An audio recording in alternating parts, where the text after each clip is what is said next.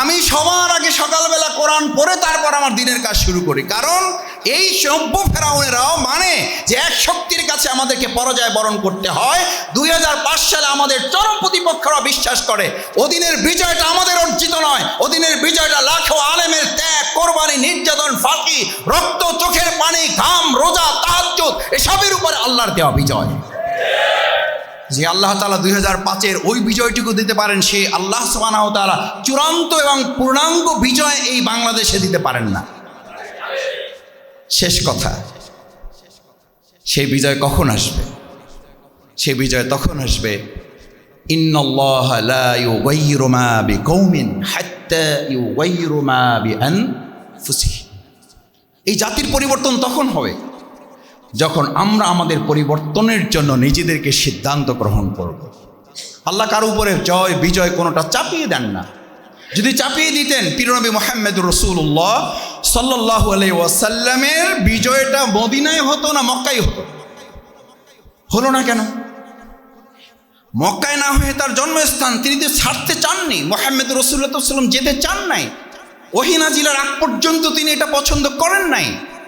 তিনি তার ঠিকানায় থাকতে চেয়েছেন এবং ওহী নাজিলের পরেও তিনি বারবার তাকিয়েছেন, আমার প্রিয় মক্কা, আমি চেয়েছিলাম বিজয়টা এখানেই হোক, আমি চেয়েছিলাম এখানেই থাকি, যত নির্যাতনে পীড় হোক, কিন্তু আমার রব, আমার মনিব, আমার আল্লাহ সুবহানাহু ওয়া তাআলা, আমার প্রভু নির্দেশ দিয়েছেন তোমাকে ছেড়ে যাচ্ছি, আবার আসবো তোমার কাছে। কেন হয় নাই? মদিনায় কেন হয়েছে? হয়েছে এই জন্য জাতি হিসেবে তারা নিজেদেরকে আগে পরিবর্তনের জন্য প্রস্তুত করেছে। এই জাতি প্রস্তুত করার যারা কারিগর তারা আমাদের সামনে বসে আছেন। শ্যামপুর, কদমতলী, যাত্রাবাড়ি অংশর, ঢাকা 4 আসন, আসন বলে কথা নেই, আল্লাহর জমিন। এই প্রত্যেকটা ইঞ্চি মাটি প্রস্তুত করার জন্য যারা কারিগর হিসাবে এখানে বসে আছেন, আমি তাদের কাছে অনুরোধ করতে চাই, আমার চোখের সামনে ভাসে জুলাই আগস্টের গণ অভ্যুত্থানে গোটা বাংলাদেশ যখন অগ্নিগর্ভ, তখন এই যাত্রাবাড়ির এই ধোলাইপাড় মোড় যারা দখলে রেখে সাদা জামা, পাগড়ি, টুপি দিয়ে সাদা ধবধবে একটা যাত্রাবাড়ি তৈরি করে ফ্যাসিস্টের বিরুদ্ধে দাঁড়িয়ে প্রথম যাত্রাবাড়ি মুক্ত ঘোষণা করা হয়েছিল, তারাই সিদ্ধান্ত নেবে বাংলাদেশে বিজয়ের জন্য, তারাই আগামী দিনে ভূমিকা পালন করবে। কিন্তু দুর্ভাগ্য কি জানেন? জুলাই সনদে আপনারা নাই। ইতিমধ্যেই জানিয়ে দেওয়া হয়েছে আপনারা সবসময় সিঁড়ি হবেন, আপনারা সিঁড়ি দিয়ে উপরে উঠতে পারবেন না। আচ্ছা, আমি ওলামায়ে কেরামগণের কাছে বিনয়ের সাথে জানতে চাই, আমরা কি শুধু সিঁড়ি হওয়ার জন্য আসছি, নাকি সিঁড়ি দিয়ে উঠে জায়গা মতো পৌঁছার দায়িত্ব নিয়ে আমরা এসেছি? এবার আমাদেরকে সিদ্ধান্ত নিতে হবে, আমরা শুধু সিঁড়ি হিসাবে ব্যবহার হতে আসি নাই, বরং এই সিঁড়িতে আমরা উঠবো আমাদের কাঙ্ক্ষিত মঞ্জিলে পৌঁছার জন্য। সিঁড়িতে যদি কেউ বাদ ছাড়ে, সেই বাদ মোকাবেলা করে আমাদের কাঙ্ক্ষিত মঞ্জিল আমরা এবার পৌঁছবো। আমাদের ঘাড়ে বন্দুক রাখবেন, ঠুসঠাস করে ফুটাবেন, বন্দুকের কাজ শেষ, এরপরে দুনিয়ার কথা অনুযায়ী টিস্যুর মতো আমাদেরকে ফেলে দিবেন। আলেম সমাজ এবার তা বুঝতে পারে নাই, শুধু হাড়ে হাড়ে আমরা টের পেয়েছি। এবার আমরা বলতে এসেছি মোল্লার উসিলায় সিন্নি খান, মোল্লা চেনেন না। এবার আমরা আগাম বলে দিচ্ছি, সিন্নি খাইতে হলে মোল্লা চিনেই তারপর সিন্নি খাইতে হবে। এবার আর মোল্লা বাদ দিয়ে সিন্নি কাউকে খাইতে আর কত সিন্নি খাওয়াবো আমরা ভাই? কেন সিন্নি খাওয়াবো? হ্যাঁ খাওয়াবো, সিন্নি আমরা খাওয়াবো, কিন্তু মোল্লাকে অবশ্যই চিনতে হবে। দেখেন, একটা বছর পার হতে পারলো না, জুলাই সনদে আপনাদেরকে রাখা হয়নি। কি বলা হলো? এত কথা কি নিয়ে আসা যায়? এক লাইন যদি যুক্ত হয় জুলাই সনদে, তাহলে অবশ্যই আলেমদের কথা যুক্ত হতে হবে। হয় নাই। মিডিয়াতে জুলাইয়ের সমস্ত স্মৃতি রোমন্থন করা হচ্ছে, সবাই আছে। আচ্ছা, কয়দিন কোন টক শোতে পাগড়িওয়ালা, দাড়িওয়ালা, টুপিওয়ালা, পাঞ্জাবিওয়ালা কতজনকে দেখেছেন? ভাবখানা এরকম যে ওনারা শুধু যুদ্ধের ময়দানে যুদ্ধ করবেন, এরপরে ওনাদের খানকা শরীফ ওনাদের আর এই দুনিয়া নিয়ে কোনো কাজ নেই। আমাদেরকে এই সবচেয়ে বড় ধ্বংসটা ব্রিটিশ থেকে করা হয়েছে, যে আমাদের চিন্তা দৃষ্টিভঙ্গি থেকে। আমি বলেছি সেদিন একটা প্রোগ্রামে আলেমদের, ভাইয়ের আপনাদের মনে থাকার কথা, যাত্রাবাড়ি যখন মুক্ত করেছেন তখন আপনারা কি টার্গেট করেছিলেন যে সবাই চলো আমরা বাইতুল মোকাররম দখল করব? কোথায় দখল করার জন্য? কোথায়?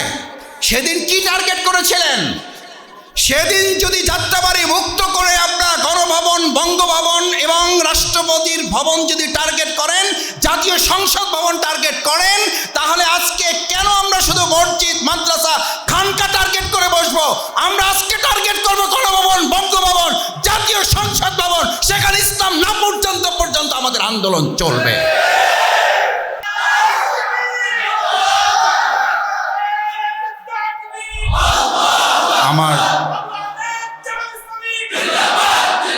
আমার শ্রদ্ধেয় ওলামায়ে কেরামগণ, শেষ কথা এটুকুই বলতে চেয়েছিলাম, সেদিন যদি আমরা জাতীয় মসজিদ বাইতুল মুকাররম টার্গেট না করে দুনিয়ার বিজয়ের প্রশ্নে, আল্লাহর দ্বীন বিজয়ের প্রশ্নে, মানুষের জনগণের অধিকার আদায়ের প্রশ্নে যদি আমরা সংসদ ভবন টার্গেট করি, আজকে এই একই কথা মসজিদে বলার কারণে যদি আমার ইমামকে কেউ ধমকায়, এই ধমকের জবাব দেওয়ার জন্য আমরা সেখানে বাকবিতণ্ডায় জড়াবো না। আমরা এমন জনমত তৈরি করবো, এই কথা বলারই আর কেউ সাহস করতে পারবে না। আমরা ওলামায়ে কেরামকে এমন শিক্ষা ঢালা প্রাচীর ঐক্য করে তুলব, আমাদের জামা টানার সাহস করতে চাইবে না। আমি অনেক সময় বিগত 15 বছরে বলেছি, আমার জামা টেনে লাভ হবে না। ওনারাই দাওয়াত দিয়ে নিয়ে যেত, এরপর কথাবার্তা যখন একটু শুরু করতাম, সভাপতি তো সামনে বসা, পিছন দিয়ে ইমাম সাহেব জামা টানতো, ভাই আবার স্লিপ দিত, আমার চাকরিটা একটু দেখেন। আর বক্তৃতা আমি করতেছি, চাকরি তো ওনার চলে যাবে, আমি তো চলে আসবো ওখান থেকে, আমি তো মেহমান। ওই বক্তৃতার মাঝখানে আমি আল্লাহর উপরে ভরসা করে বলেছিলাম, আমার ওলামায়ে কেরামগণ, আমি আবার বলছি, আমি আপনাদের ছাত্রেরও ছাত্র।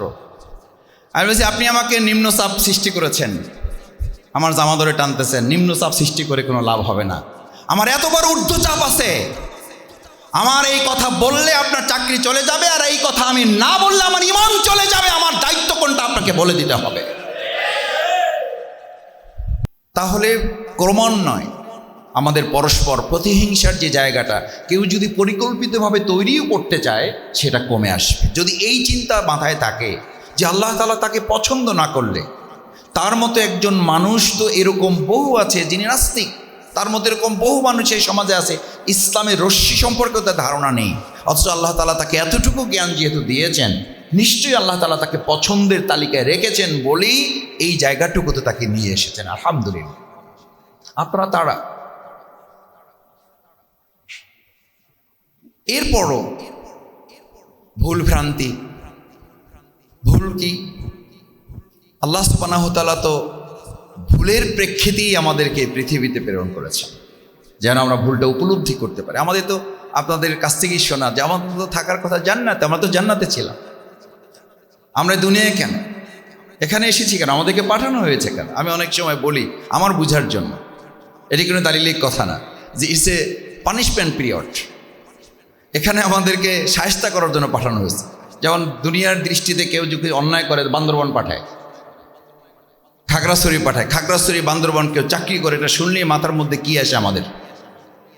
সামথিং হ্যাপেন, কোনো একটা প্রবলেম হয়েছে। তো এই দুনিয়া সম্পর্কে রাসূল করিম সাল্লাল্লাহু আলাইহি সাল্লামের বক্তব্য কি?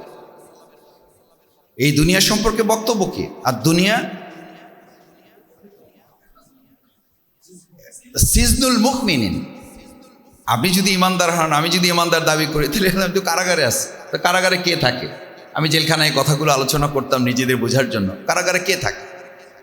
কারাগারে সব এটা বলে, আমি ডাক্তার, আমি ইঞ্জিনিয়ার, আমি মুহাদ্দিস, আমি মুফতি, এটা বলে। আমাদের তামিনুল মিল্লাত কামিল মাদ্রাসা তৎকালীন প্রিন্সিপাল, তখন ছিলেন প্রিন্সিপাল কিনা জয়নুল আবদিন সাহেব, ওনাকেও গ্রেপ্তার করা হয়েছে, মাজায় রশি লাগিয়ে ওনাকে নেওয়া হয়েছে, আরও অনেক আলেমকে নেওয়া হয়েছে। তো সেখানে তো কর্তৃপক্ষ বলেন নাই মুফতি সাহেব আসেন, আলেম সাহেব আসেন, এই এত নম্বর আসামি আসেন, সব আসেন। আমি তখন বলতাম উই ওয়াল আর ক্রিমিনালস, মানে দুনিয়ার দৃষ্টিতে আমাদের সবাইকে আসামি বানানো হয়েছে, সেই জন্য ওটাকে জেলখানা বলা হয়েছে। তো রাসূল করিম সাল্লাল্লাহু আলাইহি ওয়াসাল্লাম তো এটাকে জেলখানা বলেছেন যদি ইমানদার হইয়েন। তার মানে জেলখানাটা হচ্ছে আমাদের ওখানে জেলখানায় গেটে বড় করে লেখা আছে, রাখিব নিরাপদ, দেখাবো আলোর পথ। আল্লাহ সুবহানাহু ওয়া তাআলা তো দুনিয়াটাকে আলোর পথ দেখানোর জন্য এটা একটা ব্যবস্থা করেছে, যেখান থেকে যেন পরিশুদ্ধ হয়ে আমরা আবার ঢাকায় ফিরতে পারি। আমাদের যেন খাগড়াছড়িতে সব সময় থাকতে না হয়, আমাদের যেন বান্দরবনে সব সময় থাকতে না হয়। উনি যাওয়ার পর থেকেই তদবির চেষ্টা শুরু করেন। কি তদবির করেন? স্যার ভুল হয়েছে, যা হয়েছে হয়েছে, মাফ করে দেন। দিছেন তো, ট্রান্সফার মানছি তো, আসছি তো, জয়েন করছি তো, আনুগত্য করছি তো। এবার আমার বউ ছেলে মেয়ে সব ফলাই রেখে চলে আসছে। আমার তো থাকার জায়গা, আমার থাকার জায়গা ঢাকা, আমার ওখানে একটা ফ্ল্যাট আছে, ওখানে একটা প্লট আছে, ওইটা ছিল আমার স্থায়ী ঠিকানা। ভুল কর্মে আমি আসলে একটা কাজ করে ফেলছি, এখানে পাঠিয়ে দিয়েছেন, মেনে নিলাম তো, কারেকশন করার চেষ্টা করেছি, এবার আমাকে ফিরাই না। আচ্ছা, আমারও তো সেই কথাই বলা উচিত, কিন্তু দেখেন আমরা কিন্তু এই চিন্তা চেতনাটা, উপলব্ধিটাকে আমার মধ্যে আছে, দুনিয়াটা তো আমার ঠিকানা না, আমাকে তাকে ফিরাই নেন। আমি শত হাজার চেষ্টা করতেছি কিভাবে এখানে থাকা যায়, শুধু থাকা যায় না, আরও কিভাবে স্থায়ী করা যায়। অথচ এটা পানিশমেন্ট জায়গা, অথচ এটা কারেকশনের জায়গা, অথচ এটা মূল জায়গায় পৌঁছার একটা মাঝখানে শুধু সেতু তৈরি করে দিয়েছেন আল্লাহ সুবহানাহু ওয়া তাআলা। সুতরাং আমি আপনাদের কাছে প্রথম অনুরোধ করতে চাই, জাতির এই কর্ণধার হিসাবে আল্লাহ সুবহানাহু ওয়া তাআলা যাদেরকে নির্ধারিত করেছেন, আমরা যেন জাতির সামনে এই মেসেজটা, এই আহ্বানটা, এই দাওয়াতটা পৌঁছাতে পারি। আসুন আমরা আল্লাহ সুবহানাহু ওয়া তাআলার কাছে যেখানে ছিলাম, যে জান্নাত আমাদের ঠিকানা, সেখানের উপযুক্ত হয়ে যেন আবার আল্লাহ তাআলা আমাদের ফিরে যাওয়ার তৌফিক দান করেন।